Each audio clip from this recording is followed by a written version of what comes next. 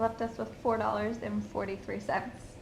It's like, oh, I can't even go buy a meal with that. Elementary school teacher Emily Willard and her husband Mark's Charles Schwab bank account, their entire savings was wiped out in seconds. I was the one who unknowingly authorized it. I just have so much guilt that I've let somebody come in and just take all of our money. The phone rang repeatedly while the Brookhaven couple with 2 young children and a third on the way were starting their beach vacation.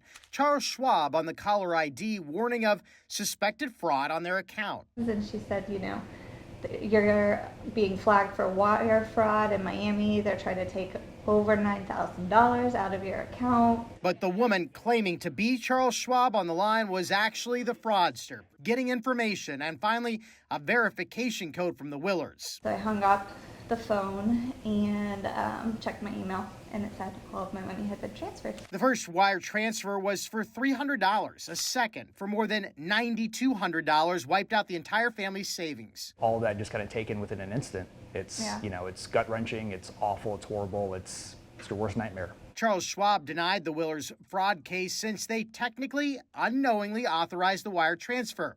The bank representative writing, quote, "I know this is upsetting," with a frowny face emoji. That doesn't make me feel good, your little sad face emoji. A Charles Schwab spokesperson tells us, quote, "By tricking people into voluntarily giving up access to their personal information, these criminals steal money from the vulnerable and unsuspecting.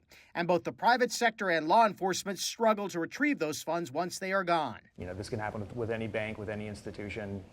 Your money just feels safer beneath your bed at this point.